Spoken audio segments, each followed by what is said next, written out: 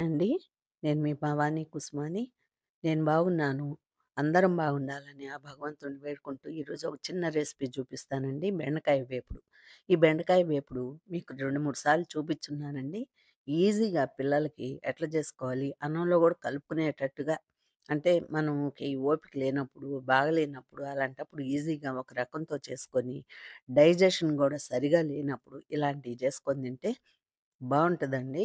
ఈజీగా గూడా చేసుకోవచ్చు. ఇప్పుడు ఆయిలయితే 1:30 స్పూనేసానండి. అంటే చిన్న స్పూన్ తోటే ఏసాను. ఎక్కువ గూడా కాదు.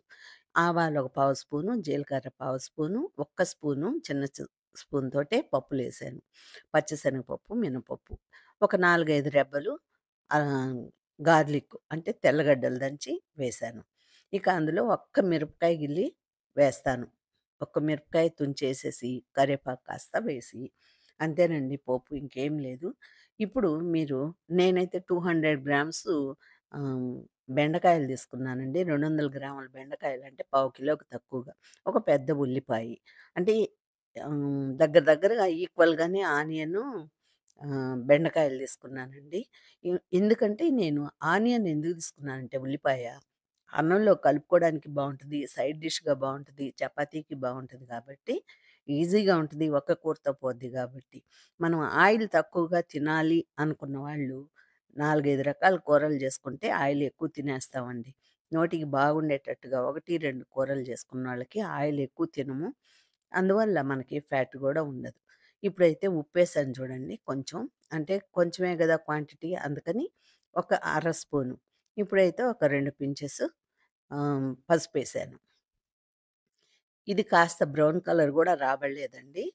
కాస్త మగ్గితే చాలు. ఎందుకంటే మామూలుగా బెండకాయలేస్తాం గదా! ఇప్పుడు ఆ బెండకాయలతో పాటు ఇవి గూడాను వేగిపోతాయి. ఇప్పుడు మీకిష్టమైన ఆహ్, రకంగా కట్ జేసుకోండి బెండకాయలని. ఏ షేప్‌లో అయినా కట్ జేసేసుకొని, అందులో వేసేసి ఒక్కసారి కలిపేశాక ఉప్పు గూడా ఏసాం గదండీ! ఉప్పు, పసుపన్నీ. ఇక ఇందులో లేనిది కారం ఒక్కటే గాబట్టి, ఇప్పుడు మనం మూత పెట్టేసుకొని, అంతా కలిపేసేసుకొని, మూత పెట్టి ఒక్కసారి 2 మినిట్స్ ఉడికించుకుందామండి.